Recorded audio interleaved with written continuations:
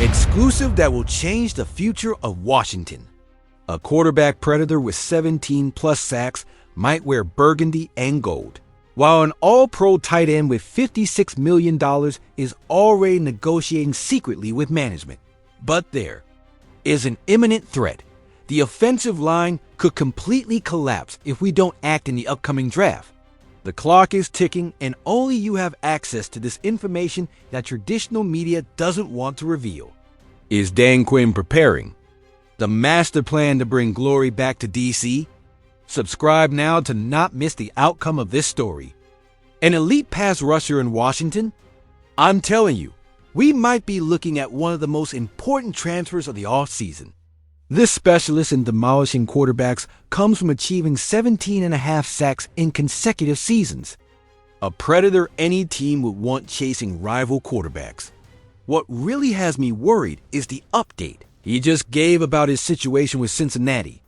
He just appeared on Pat McAfee's show and revealed something unsettling. The communication with his current team has been terrible. Is this a clear sign they want to get rid of him? I think so. But it's also part of the negotiation game. The Bengals have a history of these types of situations. They did it with T. Higgins, and now it seems the pattern is repeating. They spent a fortune on Joe Burrow and their star receivers, but they still have salary cap space if they really wanted to keep him. I ask you, are you willing to give whatever it takes to bring Trey Hendrickson to Washington? The adjustment in Dan Quinn's defensive scheme would be almost perfect. Although we have Dorrance Armstrong and Clelin Ferrell, neither represents the level of threat that Hendrickson would bring to the team. With his $15.8 million salary in 2025 and the flexibility to extend his contract, the Commanders have the resources to make this move. Let's be completely honest here.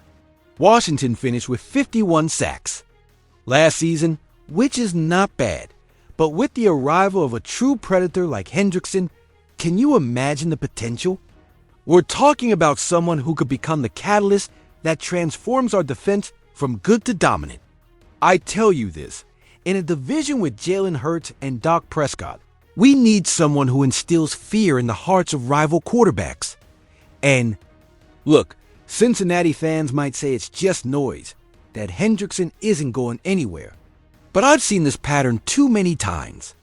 When communication breaks down between a player and the organization, especially when it comes to a player of his caliber, the cracks only get bigger. I firmly believe there's a real window of opportunity here for Adam Peters and Dan Quinn. Really fascinates me is how his playing style would perfectly complement what we already have. Hendrickson is not just a sack specialist. He's someone who can set the edge against the run and force quarterbacks to make hurried decisions. In Quinn's system, he could be the element that elevates the entire defensive group to another level. Now I ask you, if we don't make a move for someone like Hendrickson, do we really believe we can compete with teams like Philadelphia and Dallas? In the long term, the answer should be obvious to anyone who understands how championships are won in this league. And what about our offense? Get ready for this news. The Commanders have been linked to a $56 million all-pro offensive star who could revolutionize the attack. According to recent reports, Mark Andrews might be on Washington's radar. Some might say we already have Zach Ertz, but I ask you, don't we want to give Jaden Daniels all the tools possible for his development? Andrews has more youth and potential than Ertz, who is likely in his last season with the team. Now, let's be realistic. The combination of Ertz and Andrews in the same offense might not be the optimal solution this year. Placing two players of the same position in the middle of the field. However, thinking ahead, when Ertz becomes a free agent next year, Andrews could be the perfect replacement to create a smooth transition for our quarterback. And why would someone like Mark Andrews be so important for this team? Let's analyze what his arrival would really mean. We're talking about an elite safety valve for a young quarterback like Jaden Daniels. The best rookie quarterbacks always benefit from having a reliable tight end as a safety net. Don't believe? Emmy? Look at Patrick Mahomes with Travis Kelce, Joe Burrow with Hayden Hurst in his first year, or even Josh Allen with Dawson Knox. These quarterback-tight end duos create a foundation of trust that allows the quarterback to develop more securely. Andrews is not just a safety valve, but a true red zone weapon. During his career with Baltimore, he has proven to be one of the best finishers in scoring situations. Do you know what that means for a team like Washington? More touchdowns and less settling for field goals. I tell you this, the difference between good teams and winning teams often comes down to red zone efficiency. The chemistry he could develop with Daniels could remind us of the best years of Jordan Reed in Washington. But with greater durability, Andrews has proven to be more injury resistant than Reed, which will give us stability in a position that has been inconsistent since Reed left the team. And let's not forget the Baltimore factor. The Ravens' offensive scheme under Greg Roman and then under Todd Monken has extensively utilized their tight ends. Andrews has flourished in systems that value that position. With the new offensive direction in Washington, his integration could be smooth and productive from day one. But there's something else that no one is discussing and could surprise many. Less than a month before the draft, everyone is talking about edge rusher and cornerback as our main needs. There's even mention of a WR3 or safety, but there's a position being ignored that could be key. Guard. Sam Cosmi suffered an ACL injury and had surgery on January 28th. The minimum recovery time would make him available by the end of October if all goes well. In the worst-case scenario, he could miss the entire 2025 season. I'm telling you that ACL recoveries can get seriously complicated, as happened to David Bakhtiari, who has played only 13 games since his injury in 2021. On the other hand, we have Nick Allegretti, who has proven to be a capable starter, but with a limited ceiling. With Jaden Daniels as our quarterback of the future, we need to be the best possible at every position on the offensive line.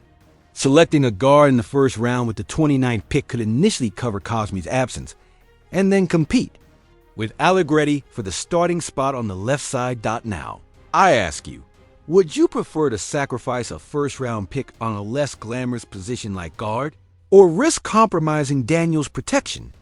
The finances also add up, as the Commanders could save $3,644,000 by releasing Allegretti in 2026, or keep him as valuable depth for $6 million in his final contract year.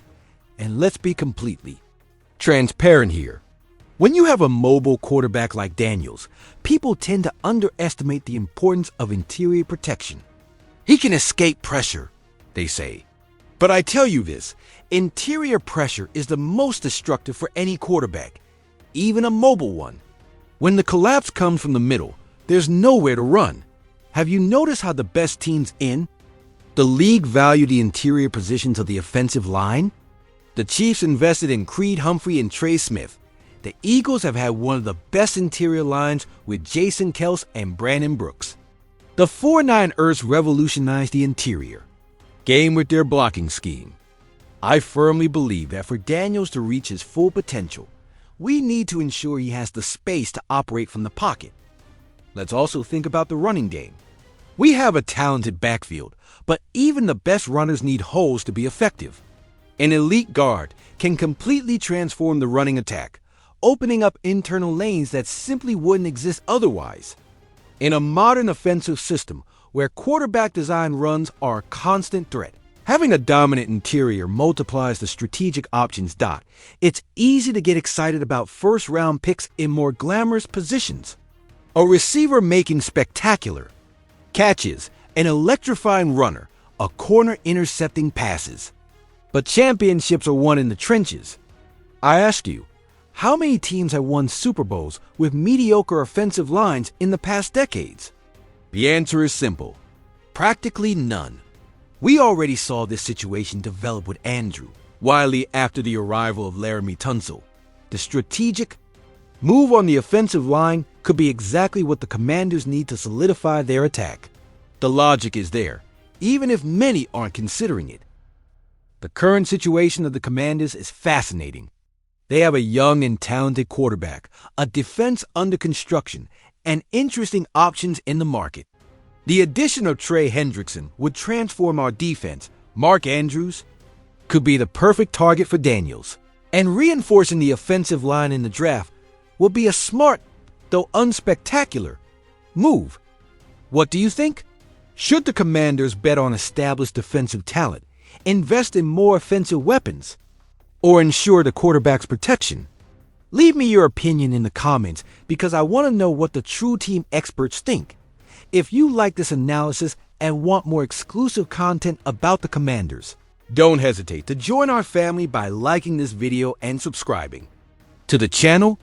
We are the most passionate community in Washington, and we need your voice in this space.